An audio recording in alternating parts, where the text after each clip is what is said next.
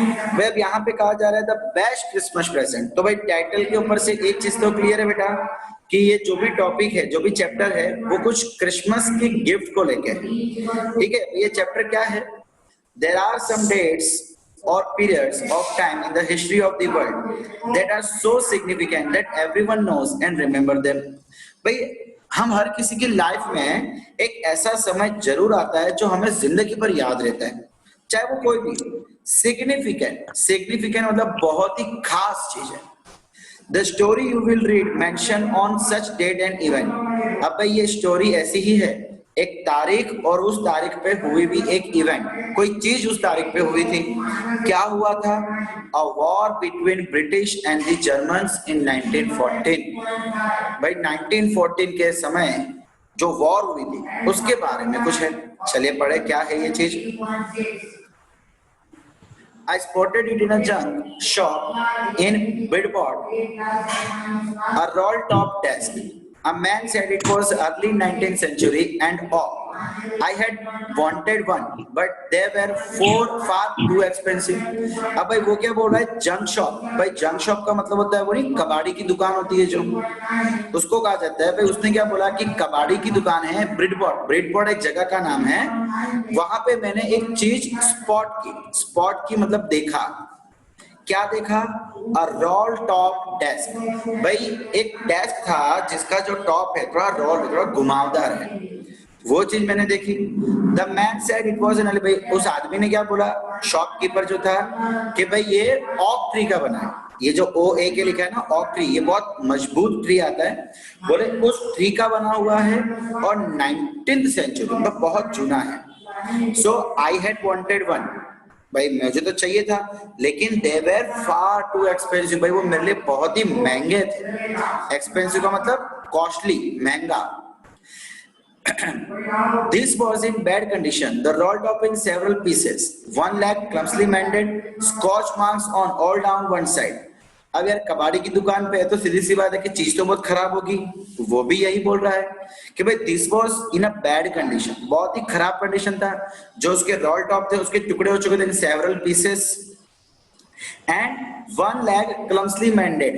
भाई उसका जो एक पांव था वो कुछ टूट फूट गया था, मुड़ गया था। क्लम्सली मेंडेड मतलब या तो वो टूटा हुआ था, या तो कहीं से मुड़ा हुआ था, या तो उसमें से कुछ एक बोलते ना कोई चीज खोतर जाती, कैसे हम कहते हैं खोतरा हुआ है, कुछ उसके अंदर से पार्ट्स निकले हुए थे।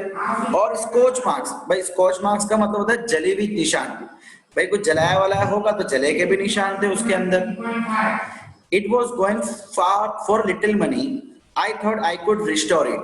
It could be a risk, a challenge, but I had to have it. भाई it was going for little money. Actually वो था बहुत महंगा, but खराब होने के कारण वो बहुत ही सस्ते में मिल रहा था। मैंने सोचा कि मैं उसको रिस्टोर कर लूंगा। रिस्टोर करने का मतलब है कि उसके दोबारा बना लूंगा, रिपेयरिंग कर लूंगा इन शॉर्ट। अब ये मेरे लिए एक बहुत बड़ा रिस्क हो सकता था, एक चैलेंज हो सकता, मतलब एक खराब चीज को लेना है, वो रिपेयर होगा नहीं होगा पता नहीं, हो गया तो ठीक है, नहीं हुआ तो मेरे पूरे पैसे वेस्ट हो जाएंगे। तो एक रिस्क था, बट फिर भी मेरे को चाहिए था। I paid the man and brought it back to my workroom at the back of garage. I began work on it on Christmas Eve. भाई मैंने उस आदमी को पैसे दिए, मैं उसे मेरे घर में ले आया, वर्क रूम। भाई मेरे गैरेज के पीछे, उसका एक गैरेज था, उसके पीछे एक छोटा सा रूम था जहाँ पे बैठ के वो काम वगैरह करता था। सो मैं उसको वहां लेके गया एंड मैंने क्रिसमस ईव, क्रिसमस के शाम के समय वहां पे काम करना चालू कर दिया। I remove the role top I removed the roll top completely and pulled out the drawers. The veneer had lifted almost everywhere. भाई देखो यहाँ पे क्या बोल रहा है, उसका जो रोल टॉप है मतलब जो टॉप साइड था उसको मैंने निकाल दिया and pulled out the drawers, जितने भी ड्रॉवर्स थे वो भी मैंने निकाल दिए। The vernier had lifted almost everywhere. भाई वेनियर का मतलब क्या होता है, देखो a thin layer of plastic और डेकोरेटिव वुड। प्लाई कहते हैं, जब हम घर पे फर्नीचर बनवाते हैं तो लकड़े के ऊपर हम प्लाई चिपकाते हैं, अगर आपको याद ध्यान हो तो। सो यहाँ पे वेनियर का मतलब है प्लाई। भाई हमने क्या किया, वो प्लाई को पूरी तरीके से मैंने निकाल दिया। It looked like water damage to me. अब भाई ऐसा भी लग रहा था कि उसमें वाटर डैमेज है, मतलब पानी के कारण लकड़ा खराब हो गया है। Both fire and water clearly had taken their toll on this task. भाई पानी और आग दोनों ने ही अपना कब्जा बना लिया है। टेकन देयर टोल, देखो ये दिख रहा है ना भाई, यहाँ का मतलब है कि खराब कर देना, अपना कब्जा जमा लेना। In short the last over was stuck fast. भाई अब जो उसका लास्ट ओवर था वो बहुत ही टाइटली स्टक, चिपक गया था, निकल नहीं रहा था। I tried all I could to ease it out gently. In the end, I used brute force. भाई देखो वो क्या बोल रहा है कि मैंने उसे निकालने की सारी कोशिश की, ठीक है, जितनी भी कोशिश कर सके मैंने सारी कोशिश की। In the and I use brute force, finally मैंने उसे एकदम झटके से निकाला। ब्रूट फोर्स मतलब एकदम झटका देके उसे निकालने की कोशिश की। I struck it sharply with the side on my fist and the drawer flew open to reveal a shallow space underneath a secret drawer. ओहो, अब देखो यहाँ पे क्या आ रहा है भाई। I struck it sharply with the side of my fist. Fist मतलब मुट्ठी। मैंने क्या किया, मुट्ठी से उसको पकड़ा एंड उसे एकदम जोर से बाहर की तरफ खींचा। स्ट्रक, स्ट्रक मतलब झटका लगाना, टकराना। मैं अपने मुट्ठी से उसको पकड़ा, पीछे की तरफ झटका लगाया तो ड्रू फ्लू ओपन, वो जो ड्रॉवर था वो पूरा बाहर की तरफ आ गया। एंड जैसे ही बाहर की तरफ आया मैंने क्या देखा, to reveal a shallow space underneath. Underneath का मतलब होता है उसके नीचे। भाई उसके नीचे एक खाली जगह थी। शैलो मतलब खाली, थोड़ा डीप। और इसको उसने क्या नाम, सीक्रेट ड्रॉवर, मतलब भाई जो बाहर से नहीं दिख रहा था लेकिन अंदर मौजूद था। भाई there was something in there. I reached in and took out a small black tin box. Cellotape to the top of it was a piece of lined note paper and written on it in shaky handwriting. मैं देखो वो क्या बोल रहा है कि भाई जब मैंने वो खाली जगह देखी तो उसके अंदर कुछ पड़ा था। मैं आई रिच्ड इट, रिच्ड इट का मतलब मैं अपना हाथ लेके गया, उसको बाहर की तरफ निकाला तो क्या देखा कि एक स्मॉल टीन बॉक्स था। भाई टीन का बना हुआ एक छोटा सा बॉक्स था जिसके ऊपर सेलो टेप लगी हुई थी। Sellotape to the top of it was a piece of line. भाई मतलब उसके ऊपर सेलो टेप लगा के एक पेपर चिपकाया हुआ था। जब मैंने पेपर निकाल के देखा तो उसके अंदर शेकी हैंडराइटिंग, शेकी मतलब थोड़ी गड़बड़, मतलब एकदम नीट एंड क्लीन नहीं था, कुछ अटपटी हैंडराइटिंग थी। और उसमें लिखा हुआ था क्या, James last letter received January 25, 1915 to be buried with me when the time comes.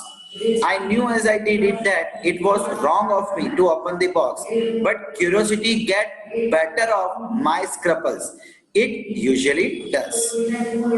अब देखो वो क्या बोल रहा है, उस डब्बे के ऊपर एक पेपर था जिसके ऊपर लिखा हुआ था कि जिम का लास्ट लेटर मिला था जनवरी 25, 1915 में।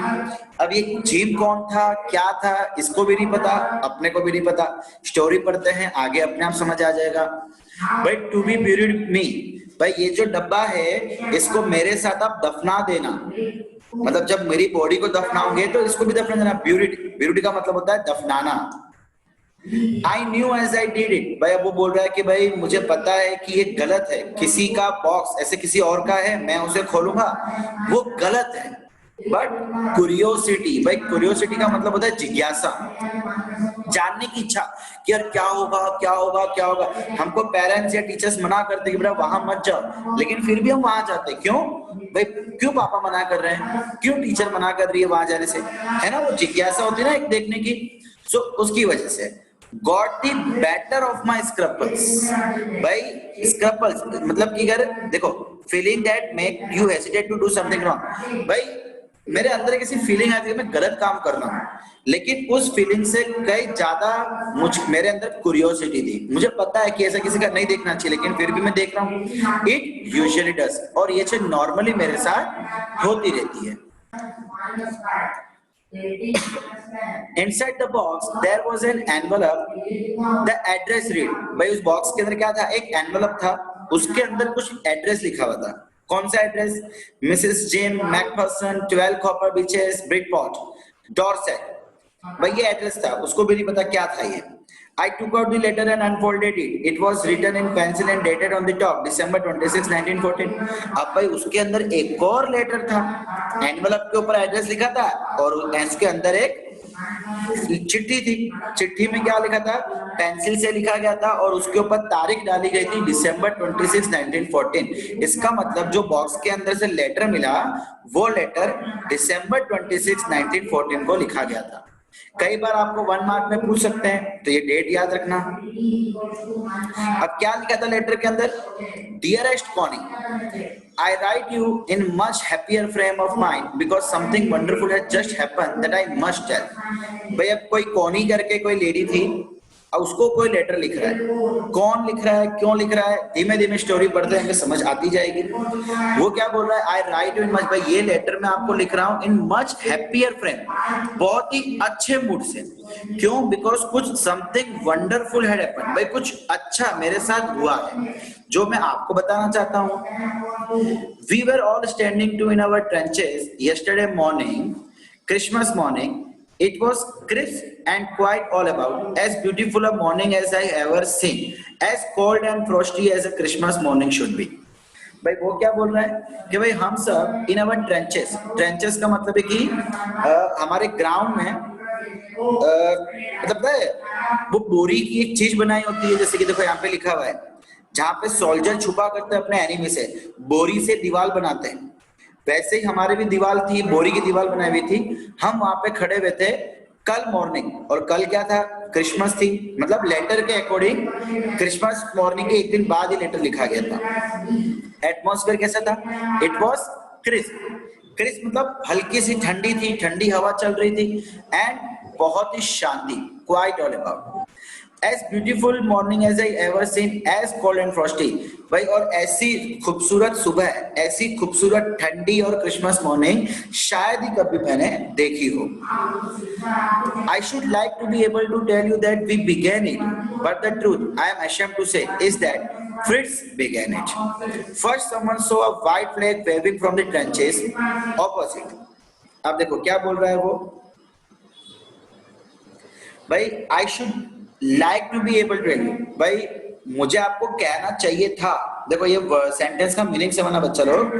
I should like to be able to tell you, भाई मुझे आपसे कहना चाहिए था कि हमने शुरू किया, लेकिन सच ये है, और सच जो है बहुत ही शर्मनाक है। I am ashamed, ये कहते हुए मुझे शर्म आती है कि भाई हमने नहीं बल्कि फ्रिट्ज ने शुरू किया।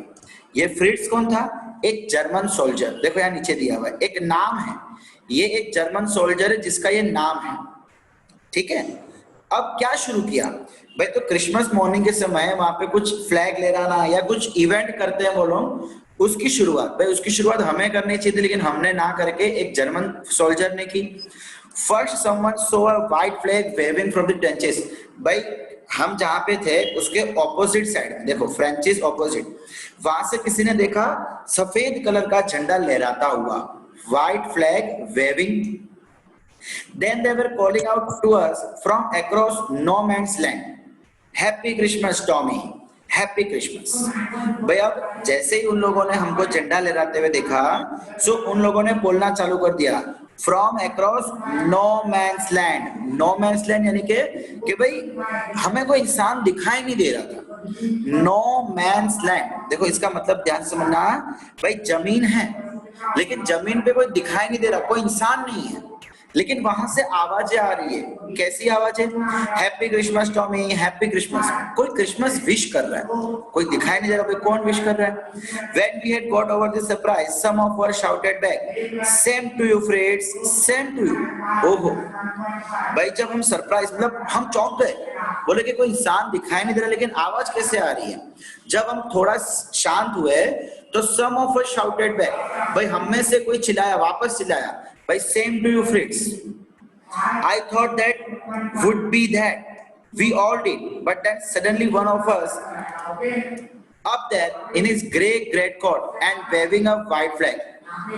ओहो देखो ये क्या बोल रहा है, I thought that would be that, भाई मैंने सोचा कि ये वो होगा, वो क्या होगा पता नहीं, that would be that, मैंने सोचा कि ये वो होगा, वो क्या होगा पता नहीं, देखते हैं। वी ऑल डिड, और हमने सबने, जितने भी लोग वहां पे थे सबने यही सोचा कि ये वो होगा, वो कौन होगा पता नहीं। But that suddenly one of them was up there in his grey great coat and waving a white flag. लेकिन हम में से तुरंत ही कोई ग्रे ग्रेट कोट, भाई ग्रे कलर का कोट पहन के झंडा लहराता हुआ शुरू हो गया। Don't shoot lads, someone shouted, and no one did. Then there was another freezer on the parapet and another. Keep your heads down. I told the man it's a trick, but it wasn't. भाई उनको समझ नहीं आ रहा कि ये हो क्या रहा है। अब कोई बोल रहा है don't shoot lads, भाई भाई देखो उसने क्या बोला, एक्चुअली उसको यहाँ पे लगा कि देखो हमने देखा ना दैट वुड बी दैट, उसे लगा कि भाई ठीक है, एक सामने से किसी ने विश किया, हम में से किसी ने विश कर दिया, खत्म हो गया। लेकिन उसके बाद भी कोई एक इंसान आया कोट पहन के झंडा लेने लगा और बोलने लगा भाई डोंट शूट लेट्स, भाई तुम शूट मत करो। लेट्स, लेट्स का मतलब क्या है भाई, कोई आइडिया किसी को? डोंट शूट लेट्स, भाई वो कह रहा है कि भाई इन लोगों को शूट मत करो। उनमें से कोई चिल्लाया एंड नो वन डिड, लेकिन दूसरा कोई बोला नहीं, मतलब किसी के चिल्लाने की आवाज है लेकिन और कुछ भी नहीं।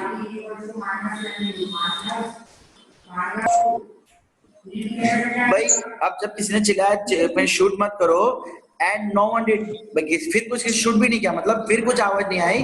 Then there was another freezer on the parapet and another, भाई मतलब इसका मतलब क्या है कि भाई एक आवाज आती है फिर शांति हो जाती है, फिर थोड़ी आवाज आती है फिर शांति हो जाती है। There then there was another freezer, भाई फिर से कोई फ्रीज बोल पड़ा, अब कौन पड़ा क्या पता नहीं। ऑन द पैरापेट, भाई ये पैरापेट का मतलब क्या होता है ये तो आप सब जानते होंगे।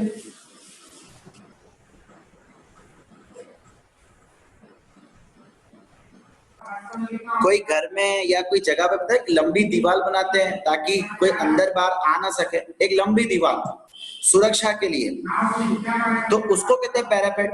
भाई another freeze upon their parapet and another, मतलब एक के बाद एक इन दीवारों पे भी कुछ ना कुछ होने लगा। Keep your heads down, I told the man strict, अब उनको आवाज सुनाई दी, कैसी आवाज, अपना सर नीचे कर लो। I told the man it's a trick, भाई मैंने कहा था कि ये एक ट्रिक है, एक ये चाल है, बट ये कोई चाल नहीं है। भाई एक्चुअली उनको भी थोड़ा बहुत समझ नहीं आ रही है आवाज क्या है क्या नहीं। One of the Germans was waving a bottle above his head. It is a Christmas day, Tommy. We have snaps, we have sausage, we meet you. Yes. भाई अब इतने सारे लोग थे, एक जर्मन और बोल पड़ा, अब बॉटल अबाउ हिज हेड, मतलब अपने सर के ऊपर एक बॉटल वो हिला रहा था, वेव कर रहा था, पता है वो दारू वारू की बोतल ऐसा कुछ होता है ना। सो भाई उसने बोला it's a Christmas Day Tommy, we have snaps.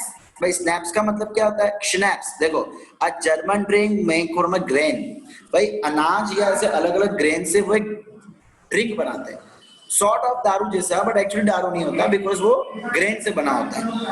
We have sausage, भाई सॉसेज भी खाने की चीज है, अगर आपने देखा हो तो वो ब्राउन कलर का गोल गोल ब्रेड जैसा आता है, जनरली इंडिया में नहीं दिखते, आप इंडिया के बाहर कोई हॉलीवुड मूवी में देखा हो तो ब्राउन कलर का गोल गोल होता है। देखो मैं आपको दिखाऊं, सॉसेज खाने की एक चीज आती है ये,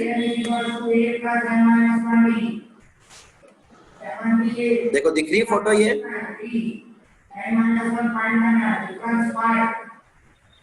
इसको कहते हैं सॉसेज, ठीक है, ये खाया जाता है। ओके अब ये वेज है कि नॉन वेज मुझे भी नहीं पता, होगा। भाई वी मीट यू, यस, वो सवाल पूछा क्या हम आपसे मिले हैं, हाँ। By this time there were dozens of them walking towards us across no man's land and not a rifle between them. भाई अब इतना सब होते हुए ही dozens of, कई सारे लोग 12-15 लोग जो है हमारी तरफ चल के आ रहे थे। कहां से चल के आ रहे थे, across no man's land, भाई जहां पे कोई आदमी था ही नहीं वहां से कुछ लोग अचानक से चल के आ रहे थे। And not a rifle, and उनके बीच में कोई राइफल वगैरह भी नहीं थी। Little private Morris was the first up, come on boys, what are we waiting for, and then there was no stopping them. I was the officer, I should have stopped them there and then, I suppose, but the truth is that it never even occurred to me I should। भाई हो क्या रहा है little private Morris was the first up. भाई अब उनमें से एक छोटी सी लिटिल प्राइवेट नाम है किसी का, वो पहले बोल पड़ी कम ऑन बॉयज, भाई चलो हम किसका इंतजार कर रहे हैं। And then there was no stop, फिर तो कोई रोक, मतलब इन शुरू पूरे पार्टी वार्टी शुरू कर दी, खाना पीना शुरू कर दिया, कोई रोकने को था ही नहीं। अब मैं वहां पे ऑफिसर था, मुझे उनको रोकना चाहिए था, लेकिन आई सपोज टू, लेकिन क्या पता क्या हुआ कि मैंने उन्हें रोका ही नहीं। मुझे उनको रोकना चाहिए था लेकिन मैंने उनको रोका ही नहीं। All along their line and ours, I could see men walking slowly towards one another, grey coats, khaki coats, meeting in the middle, and I was the one of them. I was a part of this. In the middle of the war, we were making peace. अब यहाँ पे हो क्या रहा है भाई? क्या गया? हाँ। And all along there line, भाई वहां पे जितनी भी लाइनें वगैरह लगी हुई थी, उनकी लाइनें थी, हमारी लाइनें थी। I could see man walking slowly towards, भाई मतलब दोनों तरफ से आदमी लोग थे, दोनों तरफ से कुछ हो रहा था।